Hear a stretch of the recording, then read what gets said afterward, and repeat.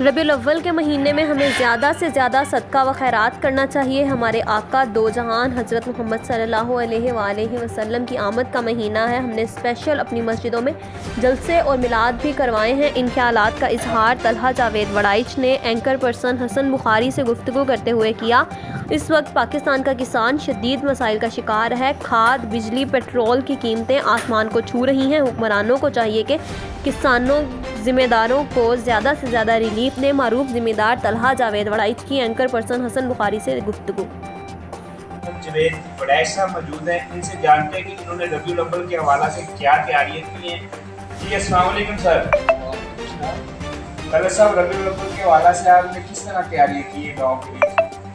ہمارے گاؤں میں ہر سال ربیع الاول کا بہت بڑا جلوس نکلتا ہے، اور خاص کر اس کے بانی ہے قریب لال صاحب، جو پوری گاؤں میں جلوس کرتے ہیں، جلوس کرتے ہیں، اور ہم بھی تمام بچے اس جلوس میں شامل ہوتے ہیں اور مختلف گاؤں کا چکر لگاتے ہیں اور پھر واپس آتے ہیں، اور بہت زیادہ جھنڈیاں لگی ہوتی ہیں اور بہت زیادہ جلوس ہوتے ہیں، جلسے ہوتے ہیں، بچے نعرے لگاتے ہیں وغیرہ وغیرہ۔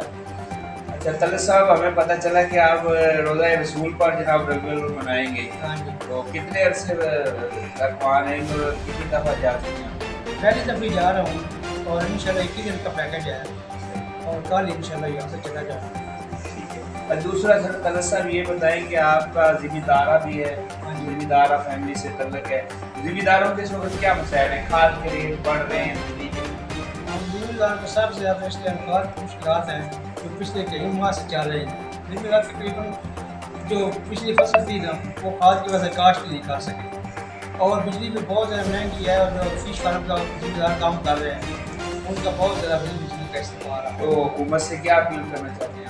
حکومت سے ہم یہی اپیل کریں گے کہ ان چیزوں پر سبسڈی دی جائے، اور کم از کم ذمہ دار کو کچھ نہ کچھ سہولتیں دی جائیں تاکہ وہ بھی اپنی فصل کی طرح سے منوا سکیں۔